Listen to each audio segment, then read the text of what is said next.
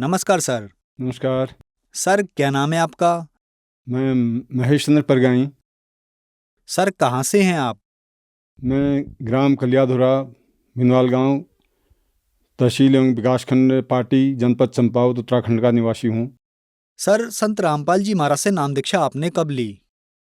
20 दिसंबर 2020 को मैंने दीक्षा प्राप्त की। सर आप क्या काम करते हैं?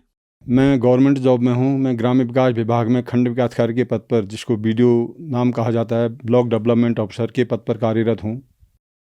सर हमारे दर्शकों को अपने भक्ति सफर के बारे में बताइए। आपने क्या क्या भक्ति साधनाएं की हैं? जी सर, पहले जो हमारी हिंदू परंपरागत पूजा पद्धतियाँ हैं, पूजा पाठ होते थे, उनके अनुसार मैं भी पूजा पाठ करता था। मैं बचपन से ही विशेषकर विष्णु का उपासक रहा। वैसे तो सभी देवी देवताओं की हम आराधना करते थे, हनुमान जी की, माँ दुर्गा की, शिव जी की, श्री रामचंद्र जी की, लेकिन विशेष मेरा रुझान जो था विष्णु भगवान की तरफ था।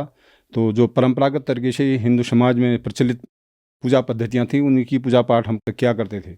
सर आपको किन कारणों से लगा कि अब संत रामपाल जी महाराज जी की शरण में जाना चाहिए? जी, जैसा कि मैंने पहले ही बताया, मैं बचपन से ही थोड़ा जिज्ञासु था कि आखिर ये पूजा पद्धतियाँ इतनी क्यों हैं। मैं कभी कभी जैसे मैं पूजा पाठ तो करता था, भगवान विष्णु की भी, या ये शिवरात्रि की पूजा, ये व्रत रखता था, अनेक इस प्रकार के व्रतोपासना किया करता था। लेकिन कभी कभी मन में ये शंका पैदा होती थी कि आखिर इतने देवी देवताओं को हम क्यों पूजते हैं। ब्रह्मा, विष्णु, महेश, दुर्गा, हनुमान, श्री राम, कृष्ण आदि बहुत से। इसके अतिरिक्त हमारे उत्तराखंड में जो स्थानीय लोकल देवता हैं, उनका भी बहुत प्रभाव है, लोग उनको भी पूजते हैं। तो ये शंका रहती थी कि आखिर इतनी पूजा पाठ, हम इतनी पूजाएं क्यों करते हैं और उसका लाभ हमको दिखता नहीं है। मैं भी काफ़ी जिज्ञासु था, या भक्ति भाव से ओतप्रोत रहता था। तो इसी खोज में आगे बढ़ते हुए एक आध बार मैं योगदास सत्संग सोसाइटी ऑफ इंडिया से भी जुड़ा था, जो एक आध्यात्मिक धाम है। तो उस संस्था से भी जुड़ा मेरे एक सीनियर ग्राम विकास अधिकारी थे, उन्होंने मुझे इस मार्ग, वहाँ की जो पाठ थे, वहाँ के जो पाठ थे, पुस्तकें थी, वो मुझे दी। तो उससे जुड़ा मैं दो बार द्वाराट, जो उत्तराखंड में है, उस आश्रम में गया। लेकिन मेरे मन में वहाँ भी वही शंका रहती थी कि भाई जो ये पूजा पद्धतियाँ, ये पाठ बता रहे हैं, इससे तो ये वो हठयोग का जैसा लगता था। तो मैं 2 बार जाने के बाद भी दीक्षा नहीं ले पाया। तो ऐसी खोज करते करते इसी बीच कई शारीरिक परेशानियाँ होती थी मुझे। ये मानसिक तनाव रहता था, शारीरिक परेशानियाँ रहती थी, पेट फूलना, कमर दर्द, इस प्रकार की बहुत सारी परेशानियाँ मुझे होती थी। मैं पूजा पाठ करता था, उसके बाद दुखी होता था। आखिर हम काहे के लिए कर रहे हैं, जब हमें अस्वस्थ ही रहना है, जब हमें दुखी ही रहना है, जब हमारे परिवार को परेशानी रहना है, आखिर इन देवी देवताओं को पूजने से हमें क्या मिलेगा। ये मन में शंका पैदा होती रहती थी। जबकि मेरी पत्नी भी पूजा पाठ करती थी, हमारे बच्चे भी करते थे, तो उसका हमें कहीं अच्छा लाभ या कोई ऐसा सफल कोई सिद्धि प्राप्त नहीं हुई, या कोई लाभ हमको प्राप्त नहीं हुआ। तो इसी खोज में कभी कभी भटकता था, मन भटकता था। कभी मन करता था कि ये आध्यात्मिक आस्तिकता कुछ नहीं है, हम नास्तिक बन जाएं। नास्तिक बनने की भी इच्छा करती थी।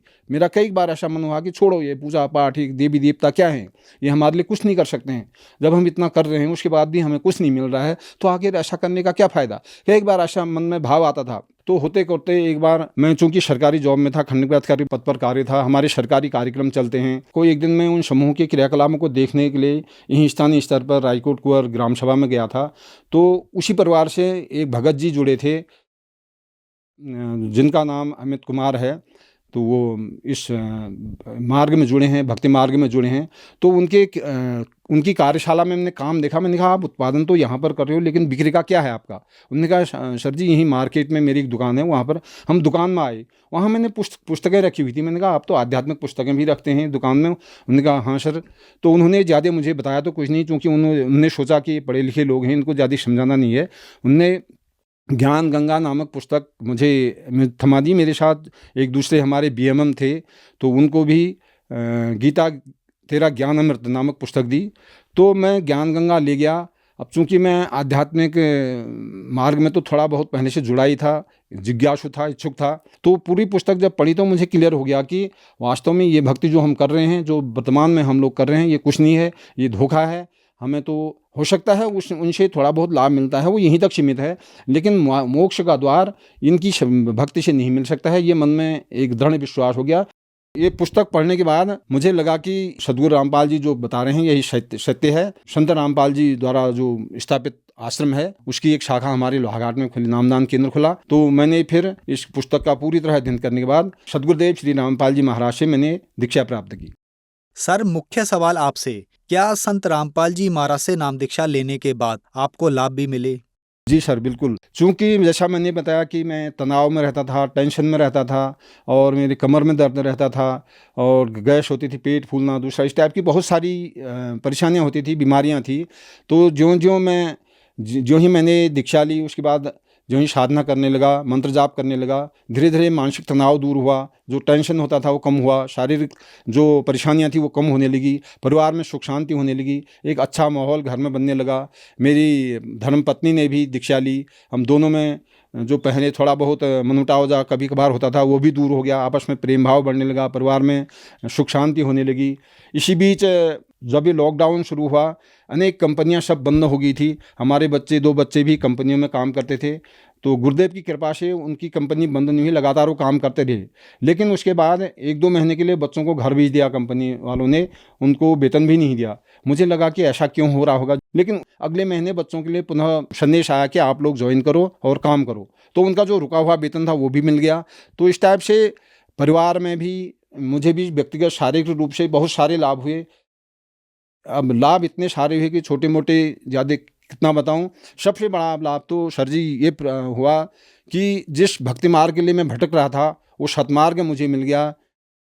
सदगुरुदेव श्री रामपाल जी महाराज की कृपा से, परमपिता परमात्मा की कृपा से मुझे सदगुरु मिले और जो हमें पूर्ण परमात्मा तक ले जाएंगे, हमें मुक्ति धाम तक पहुंचाएंगे, यही सबसे बड़ा लाभ मेरे लिए है।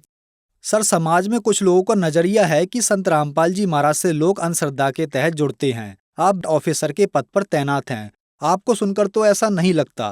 तो जिन लोगों ने संत रामपाल जी महाराज जी के बारे में ऐसा नजरिया बना रखा है, उनके लिए आप क्या कहना चाहेंगे? नहीं सर, ये लोगों की गलत धारणा है। जैसा कि मैंने पहले ही बताया, हमारे सदगुरुदेव संत रामपाल जी महाराज जो वेद शास्त्र गीता में प्रमाणित ज्ञान है उसके आधार पर ज्ञान को देते हैं। कहीं पर भी उन्हें अपने विचार नहीं थोपे हैं। उन्होंने लोगों को गीता के श्लोकों में हाथ रख करके बताया है कि इस श्लोक का ये अर्थ है, ये बताया गया है। लोगों को जब शंका होती है वो देखते हैं, जैसा हमारे सदगुरुदेव बताते हैं वो उसमें गीता में पाते हैं। तो कई बार हम गीता को पढ़ते ही, चूँकि मैं भी एक ब्राह्मण परिवार से हूँ, मैंने भी गीता का अध्ययन किया। वास्तव में जो ज्ञान गुरुदेव के बताने के बाद प्राप्त हुआ, उससे पहले हम गीता को समझ ही नहीं पाते थे। हम जो उसमें हिंदी में अर्थ लिखा रहा था उसी को सच मानते थे। लेकिन हमारे सदगुरुदेव जी ने गीता के श्लोकों में उंगली रख करके हमें समझाया कि इसका वास्तविक अर्थ ये है, ये नहीं है। तो हमारी आंखें खुली, हमने सोचा कि आखिर हम कहाँ भटक रहे थे आज तक। इस गीता को तो हम पढ़ते ही थे, रामायण को तो हम पढ़ते थे और महाभारत, इन धर्मशास्त्रों का अध्ययन तो करते थे, लेकिन हमें ये ज्ञान आज तक प्राप्त क्यों नहीं हुआ। तो इस प्रकार से बहुत सारे जो प्रमाणित ज्ञान हमको मिले गुरुजी के माध्यम से। उनकी द्वारा रचित पुस्तकें, ज्ञान गंगा, जीने की राह, अन्य गीता तेरा ज्ञान अमृत आदि जो भी पुस्तकें हैं, उनमें जो उनके द्वारा लिखा हुआ ज्ञान है वो शास्त्र सम्मत है, वेदों के आधार पर है, गीता के आधार पर है, एक हमारे सदग्रंथों के अनुसार प्रमाणित ज्ञान है, इसमें कोई शंका नहीं है। सर, आपकी शुरू से ही आध्यात्मिकता में रुचि रही है। आप उत्तराखंड सरकार में अधिकारी के पद पर तैनात हैं। उत्तराखंड को देवभूमि यानी देवों की भूमि भी कहा जाता है। यहाँ पर बद्रीनाथ, केदारनाथ जैसे बड़े धार्मिक स्थल हैं जो पूरे विश्व में विख्यात हैं और संत रामपाल जी महाराज जी के भी लाखों अनुयायी उत्तराखंड से हैं। सर, आपने अपने राज्य में इतने बड़े तीर्थों को छोड़कर संत रामपाल जी महाराज से नाम दीक्षा ली, क्या कारण रहा सर?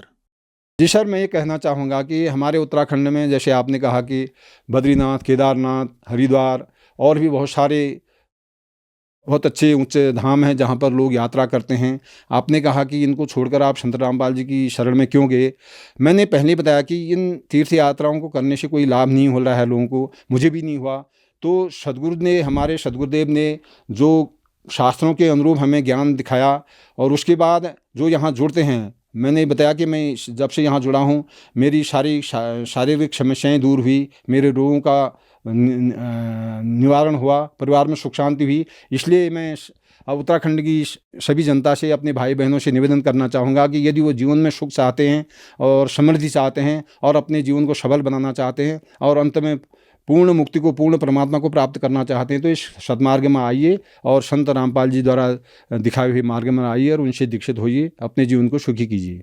सर, संत रामपाल जी महाराज से नाम दीक्षा कैसे प्राप्त की जा सकती है? जी सर, विभिन्न चैनलों में हमारे सदगुरुदेव संत रामपाल जी महाराज के प्रवचन आते हैं। उसके नीचे एक पट्टी आती है, उसमें फ़ोन नंबर लिखे रहते हैं। उन नंबरों पर आप फ़ोन करके वह उस आश्रम से, या उत्तराखंड में भी जो हमारे नामदान केंद्र हैं उनके भी फ़ोन नंबर आपको मिल जाएंगे, तो उनसे संपर्क करके वहाँ से आप ज्ञान प्राप्त कर सकते हैं और दीक्षा ले सकते हैं। महेश जी, अपने अनुभव हमारे चैनल पर बताने के लिए आपका बहुत बहुत धन्यवाद। सत साहिब।